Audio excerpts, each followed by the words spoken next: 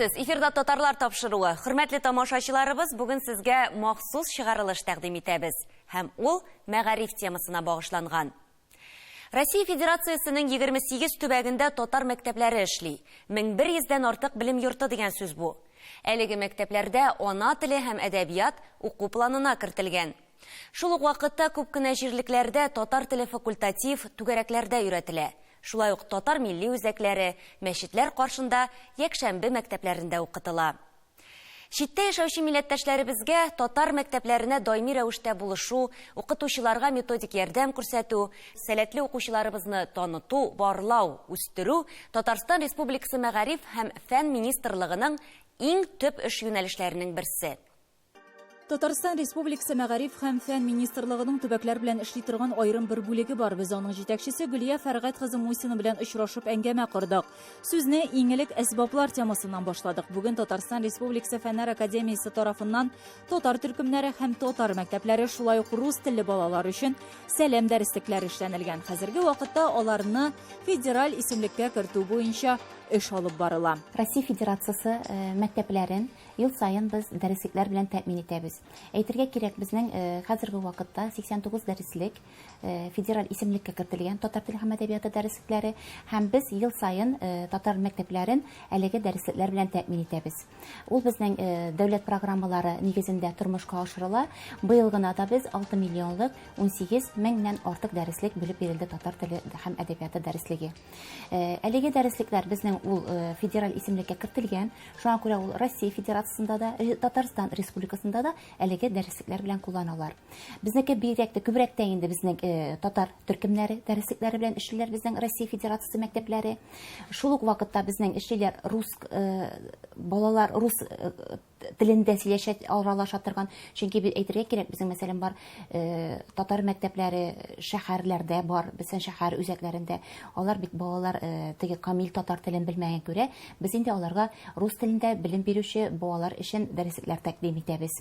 Бүген Россия Федерациясендә 1000-нән артык татар теле укытучысы эшли. Барысы да югары белемле Казан, Башкортстан республикаларындагы югары уку йортларында белем алган мөгаллимнәр. Мәгарифне үстерү институты белән берлектә татар теле һәм әдәбияты укытучыларына курслар оештырыла. Моннан тыш ай сайын мәктәп җитәкчеләре өчен, укытучылар өчен һәм татар теле әдәбияты укытучылары өчен вебинарлар, методик вебинарлар оештырабыз. Моннан тыш күп кенә төрле семинарлар, киңәшмәләр, мастер-класслар, укытучыларыбыз өчен менә ел сайын төрле профессиональ бәйгеләр оештырабыз. Татар теле укытучылары җитмәгән төбәкләр дә бар. Бу мәсьәләне хәл итүгә Татарстан Мәгариф һәм фән министрлыгы шулай ук җитди алынган. Бүгенге көндә Казан Федераль университеты белән берлектә укытучыларыбызга переподготовка оештырабыз. Яңадан әзерләп чыгарабыз татар теле һәм әдәбияты укытучылары. Алар инде башлангыч сыйныфларда үзләренең бар башлангыч сыйныф укытучылары, рус теле укытучылары, башлангыч сыйныф укытучыларын без менә тагын бер яңа өстәмә бер белгеч бирәбез. Татар теле һәм әдәбияты укытучылары чыга. Бу беренчедән. Тагын бер эш юнәлешләрен берсе, әйтергә кирәк, менә һәр елны регионнардагы төрле олимпиадаларда катнашкан укучыларыбызны барлыйбыз һәм без аларны татар теле һәм әдәбияты укытучысы профессиясе буенча Казан Федераль университетына без укырга кертәбез. Бүгенге көндә менә әйтергә кирәк, соңгы 3 елда гына 27 укучы татар теле һәм әдәбияты белгечлеге буенча укыйлар. Менә бу да бар. Киләчәктә алар менә белем алып, үзләренең регионнарына кайтып, үзләренең туган мәктәпләренә кайтып, татар теле һәм әдәбияты укытучысы булып эшләячәкләр. Әлбәттә, иң төп максат нәтиҗә. Укучыларның белем дәрәҗәсе мөһим. Моңа ачыклыкны ел сайын уза торган чаралар кертә. Сәләтле балалар өчен Татарстан Мәгариф һәм фән министрлыгы бик күп чаралар үткәрә. Фәнни-гамәли конференцияләр, конкурслар, татар теле һәм әдәбиятыннан халыкара һәм төбәкара олимпиадалар. Ел сайын әлеге чараларда катнашучылар саны арту күзәтелә. Бу бик куандыра, ди Гөлия Мусина. Шул ук вакытта Татарстан Мәгариф һәм фән министрлыгы төбәкләргә чыга. Андагы эш белән якыннанрак таныша, татар мәгарифе көннәре үткәрә. Быел әлеге чара Оренбург һәм Төмән өлкәләрендә узачак. Министрлыклар белән очрашабыз.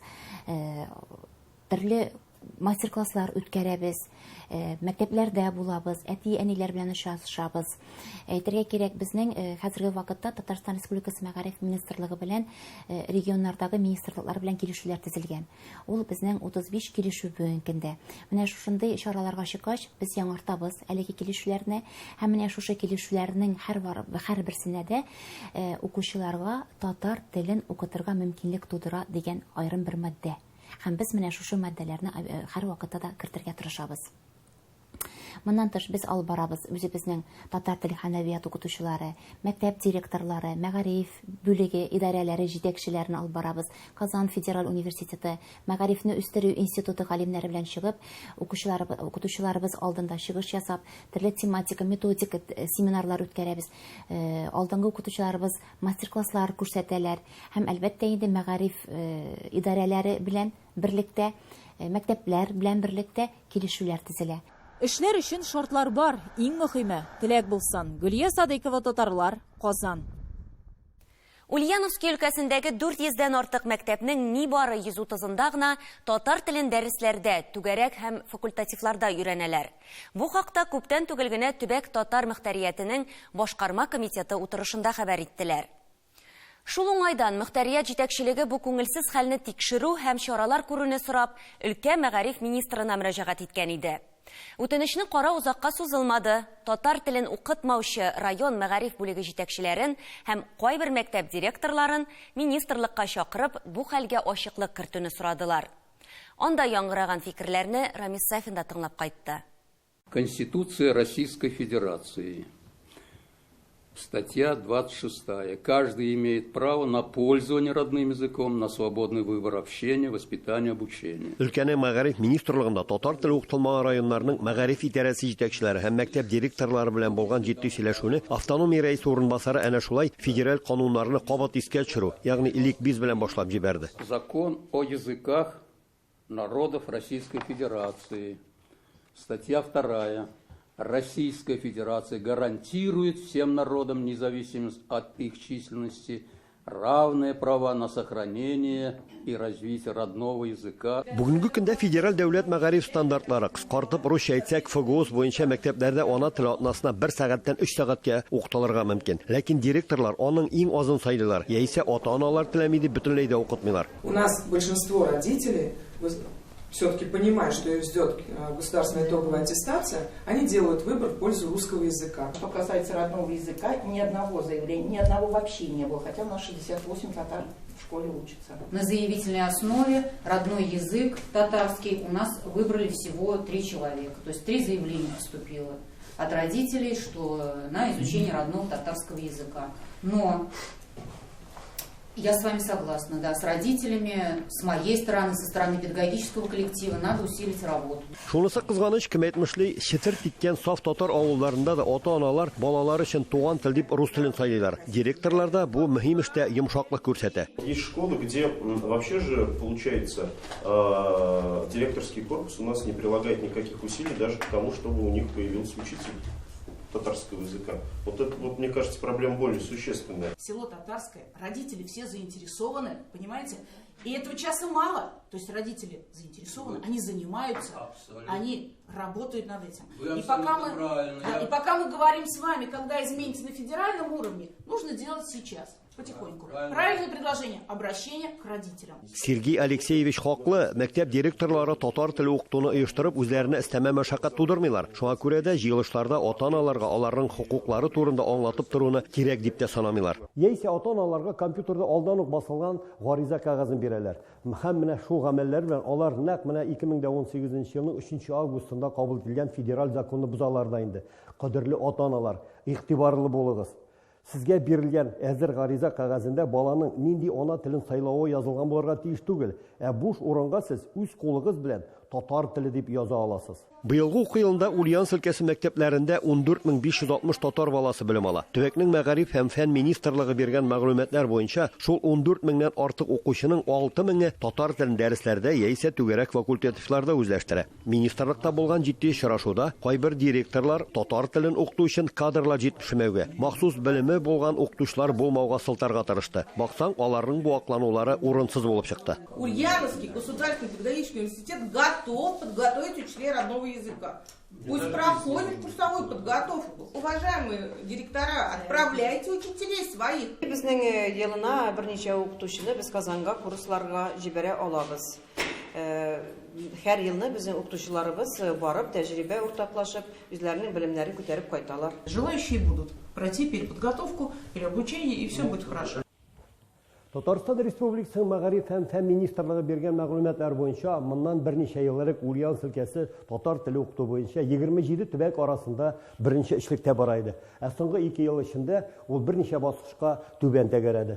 Моның сәбәпләре баксаң ерактан эзләргә кирәк түгел икән. Әйткәнебезчә, хәзер закон буенча ана теле бар тик ата-аналар ризалыгы белән укытыла. Алар ана теле итеп рус телен сайлыйлар. Әти-әниләрдән гариза булмагач, мәктәптә аны укытуны кирәк санамыйлар. Шулай итеп, татар теле укытучы мәктәпләр саны ел саен кими бара. Алар безне ишетте, Аллага шөкер, сүз бирделәр. Бөтен монда килгән мәктәпләрдә беренчедән башларга түгәрәкләр, факультативлар татар теле, икенчедән 1 сәгать укытуны бетерү, бөтен мәктәпләрдә 2 сәгать или 2 сәгатьтән кем булмасын. Ульян шәһәре мэры урынбасары янында булган тагын бер очрашуда да сүз шәһәр мәктәпләрендә татар теле укытуның торышы хакында барды. Мәктәпләрдәге 7103 татар баласының нибары 1600 генә ана телен өйрәнә ала. Мэр урынбасары Ирина Митрофанова мәгариф идарәсенә монда да ана теле укытуны җайга салырга күрсәтмә бирде.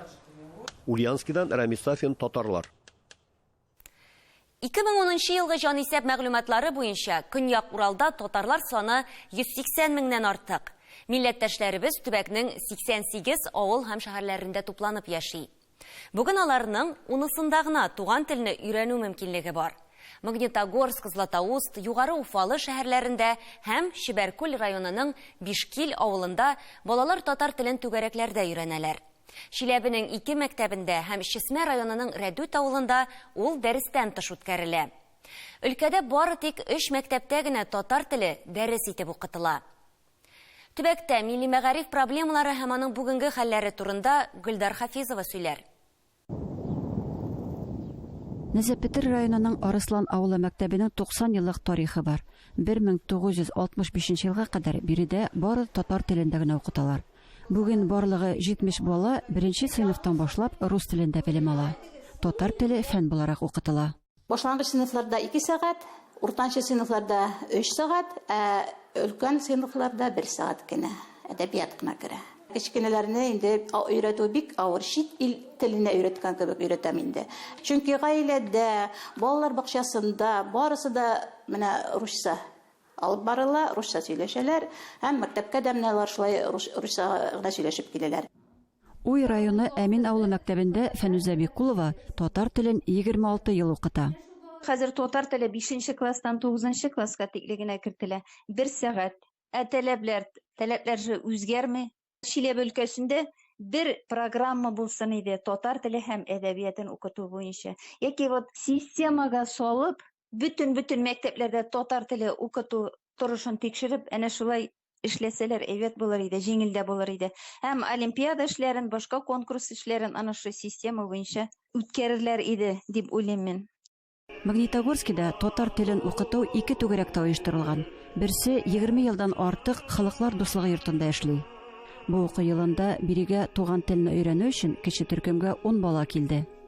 Тагын бер түгәрәк 43нче шәһәр мәктәбендә. Инде 3нче ел безнең мәктәптә түгәрәк эшли, татар теле түгәрәге. Түгәрәккә 15 бала йөри, башлангыч сыйныф балалары да йөри, урта сыйныф балалары да йөри. Атнага 4 сәгать бирелә, 2 сәгать. Башлангыч сыйныф балалары белән без шөгыльләнәбез, һәм 2 сәгать урта сыйныф балалары белән. Мәктәпнең рус теле һәм әдәбияты укытучысы Эльвира Әлмөхәмәтова узган ел Казан федераль университетында 3 айлык курсны узып, татар теле һәм әдәбияты укытучысы дипломын алды. Бер сыйныфта 15 укучы булса, татар телен укыту программасына да кертер идек ди ул. Администрация каршы түгел, татарлар автономиясе ярдәм итеп тора.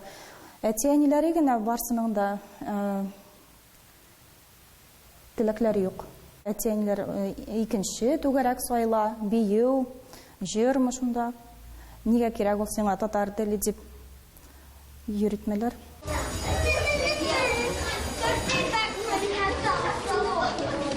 Чиләбенең Муса Җәлил исемендәге 81-нче мәктәбендә татар телен 50-дән артык бала өйрәнә. Дәрестән тыш башлангыч сыйныфларда 2 төркемдә 30 бала һәм 20-дән артык укучы ана телен югары сыйныфларда өйрәнә.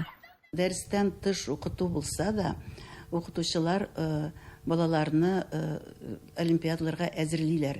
Һәм менә 29-нда безнең мәктәпкәчә тур үтәчәк олимпиада һәм ул онлайн үтәчәк. Теләгән һәрбер бала районда безнең өлкәбездә яшәгән һәрбер бала менә шушы мәктәпкәчә турны үтә ала. 29-нда безнең олимпиада башланып китә. Соня Вахит кызы үз тирәсенә өлкәнең барлык татар теле укытучыларын берләштерде. Нәкъ менә ул төбәктә татар теле буенча барлык башлангычлар юлында тора. Иң зур проблема бездә белгечләр җитмир, белгечләр юк. Татар телен укытырга укытучылар җитми. Шуңа күрә менә мәктәпләр ул бер мәктәптә каршы килми. Әгәр дә дәрестән тыш татар телен укытабыз икән, бездә чынлап та укытучылар җитмәү бу бик зур проблема булып тора. Бездән соң мәктәпләргә татар телен укытырга кем килер дип борчыла укытучылар. Шуңа да карамастан, урында туган тел буенча бурычларны хәл итәргә тырышалар. Бу уку елыннан башлап, балалар ана телен өлкәнең тагы 2 мәктәбендә өйрәнә башладылар. Кызыл Армия районы Якуб авылында һәм Капис шәһәре мәктәбендә. Чиләбе өлкәсеннән Гөлдар Хафизова, татарлар. Дәвам итәбез. Быел Уфаның 65-нче татар гимназиясенә 25 ел. Биредә 500-дән артык бала укый. 1-нче сыйныфтан 11-нчегә кадәр һәммәсе дә татар телен өйрәнә. Балаларның 70% татарлар, калганнары башка милләт вәкилләре. Аларны татарчага төркемнәрдә укыталар. Әлиләр елмаеп торса, без елмаеп турсак шатлыкмы гаиләдә? Быел Уфаның 65-нче татар гимназиясына 25 ел тула. Биредә 500-дән артык бала укый. 1-нче сыйныфтан 11-нчегә кадәр һәммәсе дә татар телен өйрәнә. Балаларның 70% татарлар, калганнары башка милләт вәкилләре. Соңгыларын татарча өйрәтер өчен аерым төркемнәргә бүлеп укыталар. Өйдә татар телендә сөйләшмиләр ата-ана, дәрестә килеп кенә 3 сәгатьлек татар телендә утырып, дәрестә утырып кына татар телен өйрәнеп булмый. Шуның өчен инде менә бу чаралар, җырлар, биюләр, шигырьләр, театрлар ул бик зур ярдәм булып тора татар телен өйрәнүдә. Уфаның 84-нче татар гимназиясендә 1000-нән артык бала укый. Мәктәп татар исемен йөртсә дә, биредә төрле милләт вәкилләре белем ала. Шуңа карамастан җитәкчелек татар мөхитен саклап калыр өчен түгәрәкләр һәм төрле мәдәни чараларны татарча оештырырга тырыша. Милли гимназиялар, милли мәктәпләр шул вакытта гына үзен саклап калачаклар, әгәр анда шуннан да үзенең эшен белгән укытучылар эшләргә тиеш. Мен инде бу туган телләрне укыту буенча гына түгел, әйтерим, бөтен төп фәннәрне без иң югары кимәлдә бирергә тиешбез. Чөнки шулай эшләмәсәк, безнең татар гимназиясе, башкорт гимназиясе, лицейлары дип кенә ата-аналар үзләренең балаларын китермәячәкләр. Итуган тел, сүзең алтын булган тел. Син татар баласы диеп, сайрап торган изге тел. Башкортстанның 2нче баш каласы Сарытамакта шулай ук татар мәктәпләре эшли. 19 ел элек ачылган 5нче гимназия рәсми рәвештә татар исемен йөртмәсә дә, биредә татар теленә игътибар зур. Мөгаллимәләргә килгәндә араларында бик көчле укытучылар бар. Шәһәрнең 20нче санлы урта мәктәбендә эшләүче Рима Галиева бөтен Россия бәйгесендә иң яхшы татар теле укытучысы номинациясендә җиңеп чыккан. Балаларны китап белән генә хәзерге заманда кызыксындырып булмый, балалар белән бер юнәлештә барырга тырышам дип әйтәм. Никадәр генә интернет шелтәренә чумган булмасын, алар тере сөйләшүгә мохтаҗ, ниндидер әкиятләрне уйнап, сөйләп, шигырьләр сөйләп, рәсемнәр төшереп барбыр балачага һәр заманда да бала булып кала инде ул. Татар балаларын туган телгә өйрәтүче укытучыларны бүген Башкорт дәүләт педагогия университеты, Башкорт дәүләт университеты һәм аның Стәрлетамак шәһәрендәге филиалы әзерли. Дәреслекләргә килгәндә, быел рус мәктәпләрендә татар телен өйрәнүчеләр өчен яңа уку программасы һәм әсбаплар әзерләнгән. Аларны 20гә якын практик укытучы һәм галим эшләгән. Яңа төзелгән уку программалары һәм уку асбаплары, алар яңа федераль дәүләт стандартлары таләпләренә туры китереп эшләнелде. Һәм шушы таләпләрдән чыгып, андагы биремнәр дә, күнегү системалары да, теоретик һәм практик материалны бирү дә шуңа ярашлы рәвештә башкарылды.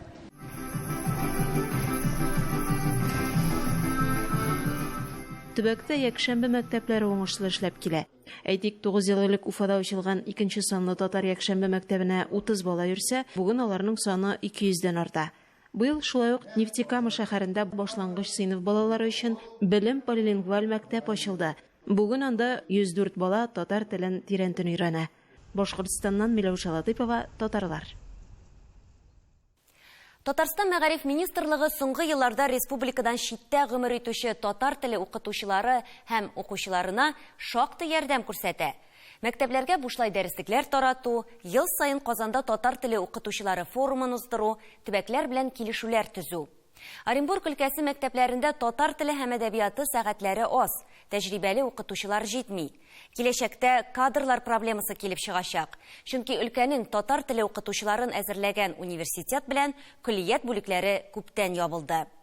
Оренбург өлкәсенең белем алу йортларындагы хәлләр хакында Фирүзә Әбсәләмова репортажы. Татар мәктәпләре саны елдан-ел азайган төбәкләр арасында Оренбург өлкәсе. Проблема нигездә авыл җирлегенә кагыла. Белем йорты бетерелә икән, салада тарала дигән сүз. Аларны саклап калу өчен әлегә бердән-бер юл ул эшмәкәрләр ярдәме. Мисал өчен Абдуллина районының Чагынлы авылында мәктәп бары тик меценатлар булышлыгы белән генә яши. 11 еллык мәктәптә 42 бала укый. Аларга 10 укытучы белем бирә. Чагынлы мәктәбенең ирешелгән казанышларының берсе татар телен фән буларак укытуны саклап калу. Земфира Сайфуллина ширек гасырдан артык стажлы педагог. Чагынлылар мәктәпне татар телен укытуны саклап калу ягында. Район күләмендә хәл алайык мактанырлык түгел. Абдуллин районында 6 татар авылы бар. Ләкин кызганычка каршы безнең 6 татар авылының 3 авылда бөтенләй мәктәпләр бетерелде. Һәм шуның өчен аларда инде татар теле укытылмый билгеле. Инде татар теле предмет буларак безнең Якуб мәктәбендә шулай ук Шалтык һәм белән Чаганлы мәктәбендә укытыла. Әлбәттә, татар теленә бирелгән 1 сәгатьтә генә телне өйрәнү авыр. Шулай да ышаныч бар. Килгән кешеләрне дә тырышабыз татар телендә аралаштырырга, сөйләштерергә, өйрәтергә. Һәм менә бу рух инде, татар дигән рух югалгандыр дип уйламыйм. Яңа Муса авылы Шарлык районында урнашкан 7 татар авылының иң зурысы. Рәмзия Ринат кызы Шамюнова мәктәпкә 26 ел элек татар теле һәм әдәбияты укытучысы булып эшкә кайта. Бүгендә бу өлкәдә хезмәт куя. Китаплар, уку әсбаплары белән тулысынча мәктәбебез тәэмин ителгән. Менә ФГОС буенча чыккан китаплар барысы да бездә бар. Укучылар белергә тырышалар, тел белән кызыксыналар. Татар телен онытмадык, сөйлибез, гаиләдә дә татарча сөйлиләр, укучылар, мәктәптә дә татарча сөйләшергә тырышабыз. Мәктәп матур әдәбият белән тәэмин ителгән, укучылары да сынатмый. Татар теле буенча үткәрелгән олимпиадаларда алар җиңүчеләр рәтендә. Оренбург шәһәрендә региональ этапта, шулай ук межрегиональ этапка барып та урыннар алып кайта укучыларыбыз. Телне белергә тырышабыз һәм сакларга тырышабыз. Кызганычка каршы сәгатьләр саны әз дип уйлыйм. Ярты сәгать әдәбият, ярты сәгать татар теле. Телне тулысынча белү өчен әлбәттә бу сәгатьләр генә әз дип уйлыйм. Оренбургның 38-нче санлы мәктәбе өлкә шәһәрләрендә татар телен һәм әдәбиятын тирәнтен өйрәнүче бердән-бер мәктәп. Узган гасырның 90-нчы елларында милли хәрәкәт барлыкка килгәч, беренче мәсьәлә булып татар сыйныфларын ачу тора. Бүген аерым мәктәп эшләп килә. Анда 230 бала белем ала. Мин бу мәктәпкә 96-нчы елда килдем. Беренче сыйныф бирделәр миңа. Элекке балалар белән әгәр дә чагыштырсак, әлеге балалар татар телен бик белмиләр. Элегрәк балалар яхшырак белә иделәр. Бүгенге көндә өлкәдә 60лап татар авылы бар. Шуларның яртысында гына татар теле дәресләре фән буларак өйрәнелә. Моңа 5 көнлек уку режимы да сәбәп булуы мөмкин. Мәгариф өлкәсенә бу һәм башка сорауларны Оренбургда көз айларында узачак семинар киңәшмәдә хәл итәргә планлаштыралар. Ул төбәк татар теле укытучылары һәм Татарстан Республикасының Мәгариф һәм фән министрлыгы вәкилләре катнашында узачак. Оренбург өлкәсеннән Фирүзә Әбсәләмова, татарлар. Дөньяда иң зур байлык белем диләр. Хөрмәтле тамашачылар, балаларыбызны гыйлемле, аңлы итеп үстерү безнең бурыч. Шул вакытта татар зур үрләргә ирешер. Мәгариф темасын дәвам итәрбез. Исән сау булыгыз.